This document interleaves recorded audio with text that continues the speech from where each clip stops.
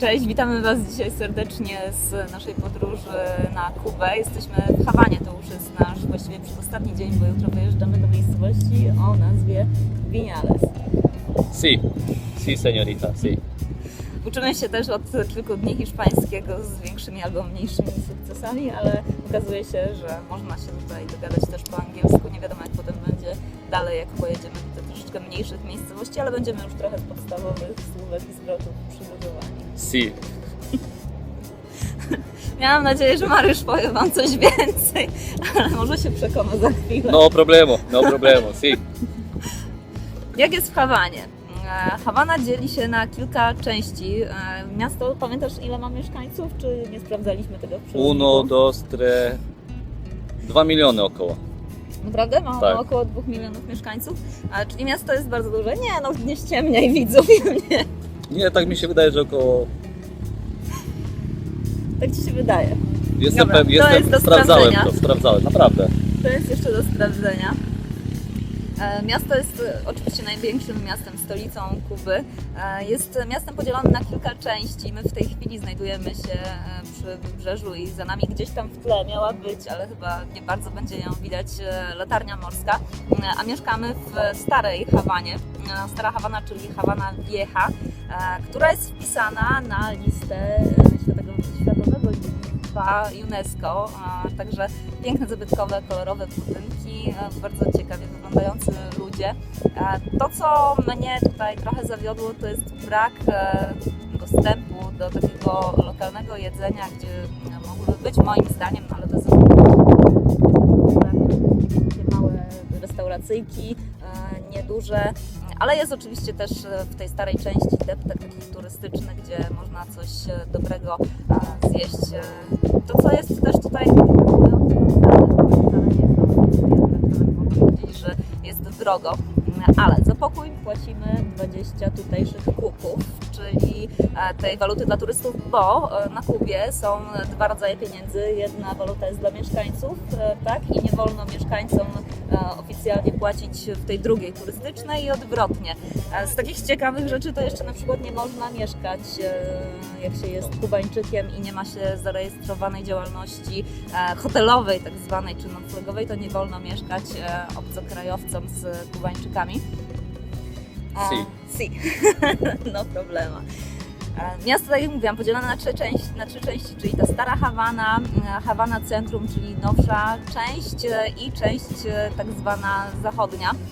W starej Hawanie można zobaczyć przede wszystkim katedrę, plac San Francisco. Ta stara część jest też, która jest wyłączona do ruchu samochodowego, jest oddzielona za pomocą armat wbitych w drogę. To fajnie bardzo wygląda, jak kiedyś te armaty po jakiejś dawnej wojnie tu zostały, takie potem wykorzystano. Jeżdżą po Hawanie piękne, stare, kolorowe samochody. Warto jest też odwiedzić Plac Rewolucji. Tak, warto. Bo można sobie zrobić oderwane zdjęcie, tak jak Mariusz z wizerunkiem Che Guevary w tle. Co jeszcze fajnego jest w Hawanie?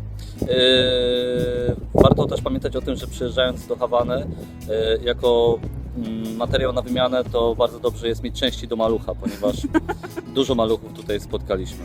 Tak, jeżdżą tutaj małe Fiaty faktycznie. My dostaliśmy takie instrukcje od innych osób, które wcześniej były na Kubie, żeby zabrać ze sobą na przykład kredki dla dzieci, żeby zabrać ze sobą na przykład polski alkohol, jakieś małe mydełka, kosmetyki. Tutaj faktycznie widać, że nie ma zbyt wielu rzeczy w sklepach i że wiele rzeczy jest sprzedawanych tak jak za dawnych czasów w Polsce, gdzieś przy ulicy, na przykład kleje kropelka albo jakieś drobne słodycze. Nie jest aż tak źle, jeśli chodzi o oszukiwanie, powiedzmy, jak w Azji, ale trzeba też być uważnym, bo na przykład chciano nam sprzedać 3 owoce buławy za 9 kuków, a jeden kuk to około 1 euro, także wysoka cena. Co jeszcze możemy o tej Hawanie powiedzieć, żeby zachęcić widzów, że warto tu przyjechać? Nie jest aż tak niebezpiecznie, jak to się mówi. Jest Nie czujemy głośno, tego przynajmniej. wieczorami w miejscach, gdzie są kluby, gdzie gra głośno muzyka. Oni w ogóle tą muzykę, Mariusz, to co Ty dzisiaj powiedziałeś, że mają we krwi. Wszędzie słychać muzykę, nawet jak się dzisiaj przechodziłem jakąś uliczką, to Myślałem, że znowu gra jakaś kapela gdzieś gra i coś zobaczę. Okazuje się, że to po prostu u kogoś w domu muzyka leci na full. Na przykład u naszego sąsiada o godzinie 7 rano. Tak, dokładnie, także mamy co rano pobudkę, ale z kolei mieszkamy w samym sercu Starej Hawany, na pierwszym piętrze, widok z balkonu mamy na te wszystkie okoliczne balkony. Co jest ciekawe, co rano chodzą na przykład sprzedawcy, którzy albo gwizdkiem, albo dzwonkiem oznajmiają, że nadchodzą, wołają, co sprzedają, na przykład sprzedawca, który chodzi z chlebem, krzyczy pan i coś jeszcze, ale nie pamiętam co. Pan to chleb po hiszpańsku. I panie, to jest też strasznie fajny widok i nigdy wcześniej nie spotkałam się z czymś takim podróżując, że panie sobie puszczają w koszykach pieniądze, mówią sprzedawcy, co chciały wykupić i on te pieniądze zabiera, do koszyka wkłada chleb i pani, która mieszka na pierwszym albo na drugim piętrze kamienicy, wciąga sobie ten koszyk z powrotem i nie musi wychodzić z domu po schodach, ruszać się, żeby coś sobie kupić. Takie pierwsze wrażenia właściwie z Kuby i z pobytu w Hawanie. My tutaj jeszcze pod koniec naszej podróży, która będzie trwała cały miesiąc, wrócimy i może się jeszcze uda nam coś zobaczyć, ale to, co ja mogę powiedzieć, no jest na pewno ciekawie, jest inaczej, ja się spodziewałam, że będzie bardziej niespokojnie, a jest w sumie dużo spokojniej niż na przykład w Azji. Nie ma tego ścisku, nie ma jeszcze takiego tłumu też turystów, nie ma tutaj znanych marek typu McDonald's czy Starbucks czy różne inne sieciowe restauracje, nie ma tutaj Coca-Coli, nie ma po prostu wszystkich tych oznak amerykańskiego kapitalizmu, którego tak bardzo Kuba przez wiele lat unikała. To co, my idziemy dalej na spacer. Tak, bo właśnie chciałem powiedzieć, że ręka mi już boli od trzymania aparatu. A ja przynudzam. No Dzięki Wam za uwagę. Jeszcze bardzo jedna ważna rzecz, wracając do wódeczki. Gorzka żołądkowa, tym produktem można zrobić wszystko. Przekonać do niejednej rzeczy. I jest tutaj tani rum w sklepach, można za 3 kuki, czyli za 12 zł kupić litrowa, to była Pół litra. Półlitrowa. Kupiliśmy przy dworcu głównym. Udało nam się znaleźć tanio. Dzięki Wam za uwagę i widzimy się w kolejnych filmach. Pa! Ciao. No ciao.